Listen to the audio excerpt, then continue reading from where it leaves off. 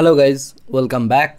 আজকে আমরা যে ফাইন্যান্সিয়াল মেট্রিক্সটা শিখব সেটা হচ্ছে ইপিএস অর্থাৎ আর্নিং পার শেয়ার। এখন সবার আগে আমি দেখে নিই ইপিএসের ফর্মুলা কি। ইপিএসের ফর্মুলা হচ্ছে টোটাল কোনো একটা কোম্পানি যে পরিমাণ প্রফিট করেছে কোনো একটা ফাইন্যান্সিয়াল ইয়ারে, প্রফিট ডিভাইডেড বাই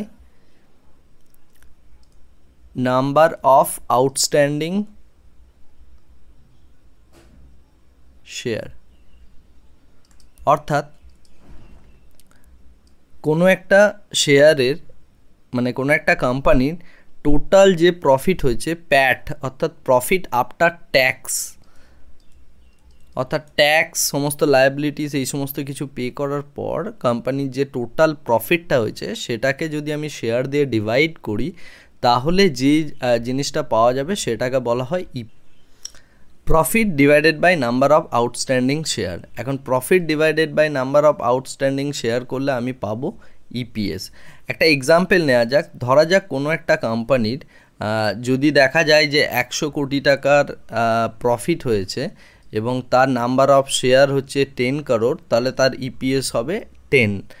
কিন্তু যদি দেখা যায় যে সেই কোম্পানিটার যে শেয়ারটা আছে সেই শেয়ারটা ট্রেড হচ্ছে, হয়তো দেখা যাক 200 টাকায় ট্রেড হচ্ছে, তার মানে পার শেয়ার প্রাইস হচ্ছে 200 টাকা। যদি এরকম সিচুয়েশনটা দাঁড়ায়, অর্থাৎ এই একটা শেয়ার আর 200 টাকা ইনভেস্ট করে আপনি অ্যাকচুয়ালি প্রফিট করতে পারছেন 10 টাকা। কোম্পানি যে বিজনেস করছে সেখান থেকে কোম্পানি আয় কতটা করছে পার শেয়ারে, সেটা বোঝার জন্য আমাদের দেখতে হয় ইপিএস।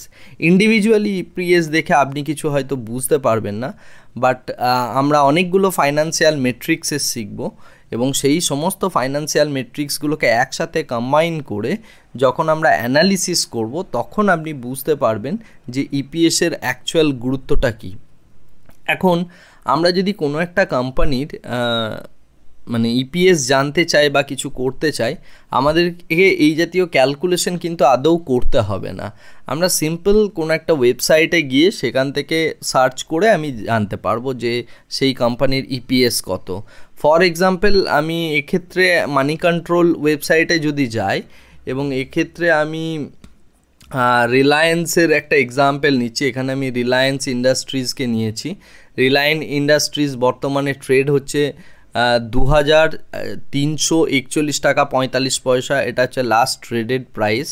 তো এটাকে যদি আমি মানি কন্ট্রোলে সার্চ করি তাহলে এক্ষেত্রে আমি দেখতে পাচ্ছি এর যে ইপিএসটা আছে সেটা এই মুহূর্তে যেটা দেখা যাচ্ছে এর ইপিএস আছে 94 রুপিস।